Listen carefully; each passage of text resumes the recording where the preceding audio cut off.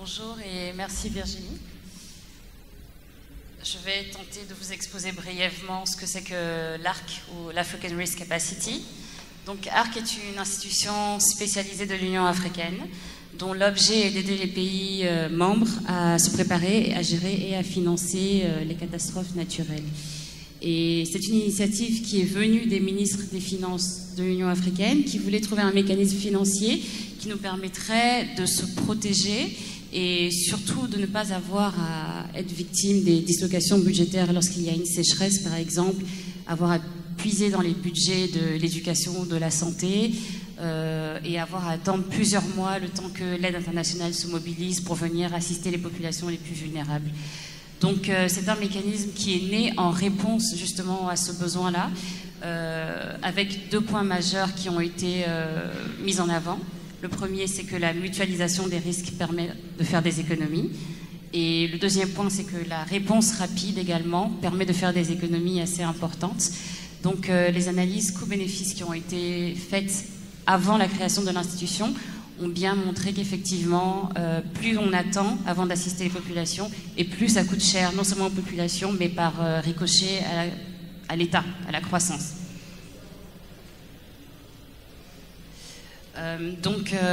Pour vous expliquer très rapidement, la structure de l'ARC est une structure assez novatrice. D'un côté, on a une institution politique qui appartient donc à ces pays membres signataires. Il y a 32 pays africains qui font partie de l'institution politique.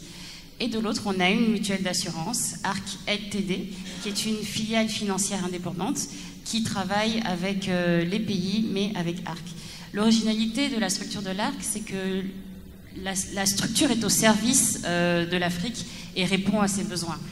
Donc effectivement, l'institution politique, elle, va travailler avec les pays sur la gestion des risques, sur la question assurantielle et sur la pertinence pour eux de souscrire à une police d'assurance. Puis, une fois que les pays sont prêts, ils pourront s'adresser à la mutuelle d'assurance pour toutes les questions de transfert de risque au marché financier. Ce qui est très important pour l'ARC et ce qui en fait un modèle unique, c'est ce qu'on appelle en anglais African Ownership, ou en français l'appartenance à l'Afrique.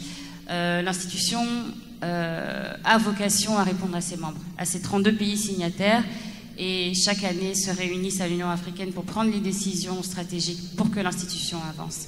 De l'autre côté, lorsqu'un pays décide de souscrire à l'assurance, il paye sa prime d'assurance sur le budget de l'État, ce qui est une décision politique courageuse à faire pour un outil qui est encore novateur.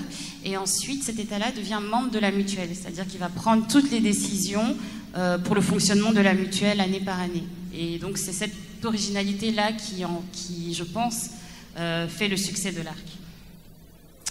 Ensuite, quelques points sur la valeur ajoutée pour les États membres.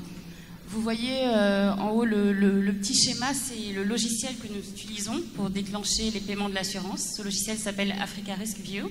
C'est une assurance paramétrique. Je ne m'étendrai pas sur le sujet puisque mon collègue de AXA est présent.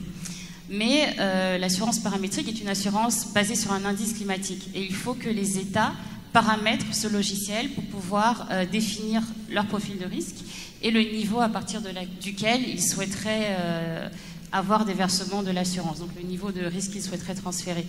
Et cet outil est assez puissant puisqu'il combine également un aspect alerte précoce, car il est extrêmement novateur et on peut voir toutes les décades, tous les 10 jours, une évolution en termes de nombre de personnes affectées, donc le nombre de personnes vulnérables en fonction de l'évolution de la saison, et surtout un coût financier, ce qui en fait un outil multidisciplinaire qui est utilisé à la fois par les ministères des budgets, des finances, mais aussi les commissariats à la sécurité alimentaire, les ministères de l'agriculture, les systèmes d'alerte précoce, et donc un outil fédérateur multidisciplinaire utilisé par l'ensemble du gouvernement. Autre aspect très important de l'ARC, c'est la planification, puisqu'il existe une autre mutuelle dans les Caraïbes qui, elle, s'occupe justement également de catastrophes, mais plutôt de cyclones et de tremblements de terre. Mais l'originalité de l'ARC, c'est que c'est une mutuelle qui prend en compte la planification. On dit, c'est très bien de décaisser, mais une fois qu'on décaisse, qu'est-ce qu'on fait avec les sous qui sont décaissés? On décaisse dans les caisses de l'État, première chose très importante. Mais l'analyse qui avait été faite avant la création de l'ARC a bien montré que plus on attend longtemps avant de mettre en œuvre la réponse, et plus ça coûte cher. Donc ça ne sert à rien qu'un État s'assure, prenne la décision courageuse de payer une prime d'assurance pour qu'ensuite l'argent soit bloqué en attendant les procédures étatiques qui peuvent parfois être lourdes dans tous les pays du monde d'ailleurs. Du coup, l'ARC va lier la planification à la réponse. Parce que les États, dans le processus de préparation pour rejoindre la mutuelle, vont définir un plan de contingence qui va être fait par l'État lui-même. Et le plan de contingence, ça va être en gros, si j'ai X somme d'argent, voilà les activités que je vais mettre en œuvre.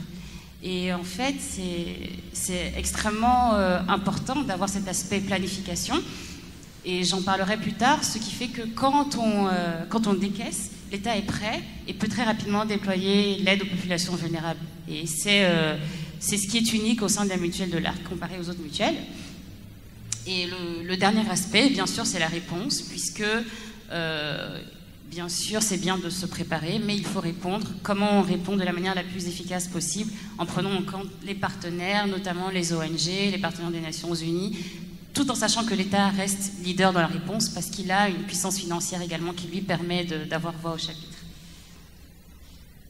Donc, à ce jour, peut-être, ce que je voulais ajouter, c'est que l'ARC est dans sa 3e année d'existence.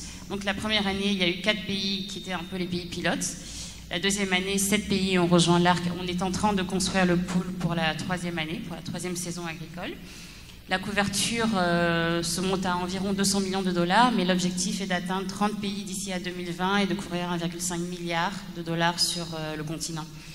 Et en 2015, on a testé le concept puisqu'il y a eu les premiers décaissements de l'assurance dans le Sahel. Il y a eu, pour ceux qui connaissent, des déficits pluviométriques assez importants dans certaines régions. Et l'ARC a décaissé 26 millions de dollars dans le Sahel. Et ces décaissements ont permis d'assister, à travers les systèmes de l'État, ce qui est extrêmement important, environ 1,3 million de personnes et près d'1 million de têtes de bétail. Et pour terminer, quelques perspectives. Je voulais quand même insister sur le fait que l'assurance est un outil, certes, qui permet de contribuer à la gestion des risques, mais qui n'est pas la réponse à tout. Et c'est important, dans le contexte de l'État, d'avoir plusieurs outils de gestion. Et la question se pose bien avec l'ARC. Le travail qui se fait avec l'État prend 7, 8, 9, 12 ou 24 mois en fonction des pays et de leur intérêt pour le mécanisme. Mais l'institution évolue au sein d'un système qui comprend les ONG, qui comprend les partenaires techniques et financiers. C'est important que l'État ait des filets de protection sociaux et autres mécanismes, et que l'assurance, qui n'est pas la réponse à tout, mais qui permet de combler un gap sur le marché, puisse intervenir au moment le plus opportun possible. Peut-être terminer en parlant de Replica.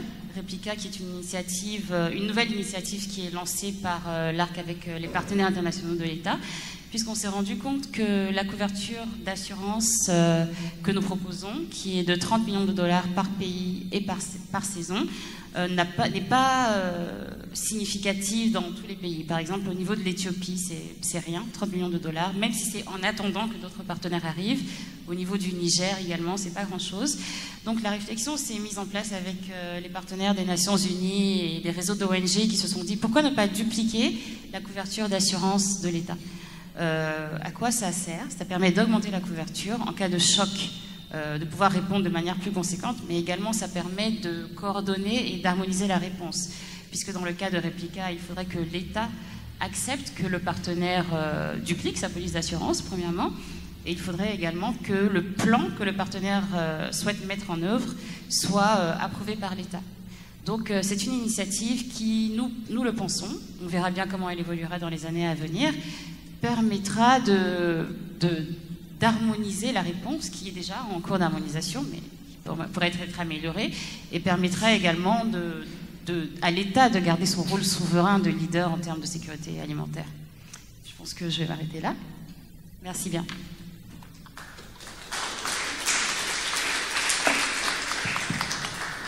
Merci Assia.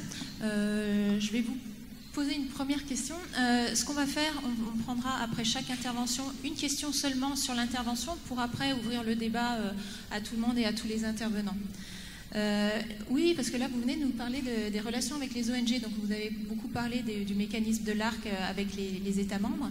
Là, ce qui m'interpelle un peu, c'est de voir les relations qu'elle est en train de tisser avec, peut-être à travers Replica ou d'autres projets avec les ONG.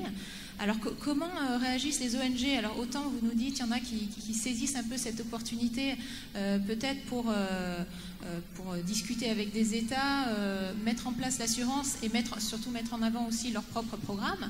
Mais là, il faut avoir quand même une taille critique d'ONG. J'imagine que c'est que les très grosses ONG qui vont pouvoir le faire. Et puis d'un autre côté, est-ce que vous n'avez pas des réactions plutôt méfiantes, puisque finalement, il y a ces sommes versées à l'État, finalement, par qui exactement elles vont être mises en œuvre? Est-ce qu'il y a une crainte que ces primes d'assurance, ces 30 millions de budget par exemple, soient mises en œuvre par des structures qui s'écartent des ONG avec des principes de neutralité, d'indépendance, d'impartialité? Enfin, est-ce que vous êtes déjà rentré dans ce dialogue avec le secteur des ONG? Oui, un petit peu. Donc vous avez bien fait la distinction entre les ONG locales et les ONG internationales. Il faut savoir que les pays travaillent déjà en général avec les ONG locales, puisque lorsque la réponse est mise en œuvre, souvent l'État va aller jusqu'aux préfectures, mais au-delà, au niveau des villages, ce sont les ONG locales qui connaissent vraiment les villageois, qui connaissent les vulnérables. Donc, il est vrai qu'il peut arriver que les ONG ne sachent même pas que l'argent décaissé, en fait, vient d'une prime d'assurance payée par l'État. Parce que c'est le système de l'État, et c'est très important pour l'ARC que la réponse qui soit mise en œuvre s'intègre dans le système de l'État, et que ce ne soit pas un mécanisme parallèle. Donc ça se fait tout naturellement, si vous voulez. En ce qui concerne les ONG internationales et le système des Nations Unies, peut-être qu'au départ, effectivement, on peut dire qu'il y avait un peu de réticence, un peu de méfiance vis-à-vis d'un mécanisme, encore un nouveau mécanisme, jusqu'où ira-t-on? Mais en fait, après 3 ans d'existence, et puis quand on comprend qu'en fait l'assurance n'est pas, comme j'essayais d'expliquer, n'est pas la solution à tout. De toute façon, à l'horizon 40-50 ans, nos pays auront toujours besoin des ONG. Et c'est un mécanisme qui vient compléter ce qui existe déjà. Et c'est un mécanisme qui permet de décaisser des fonds beaucoup plus rapidement. Et au niveau des ONG internationales, je pense qu'il y a une question de soutenabilité du modèle économique et financier. Et l'assurance est une solution qui permet, en cas de crise grave, d'avoir des fonds très rapidement. Donc c'est un travail qui se fait, c'est un travail de longue haleine, mais qui est plutôt positif.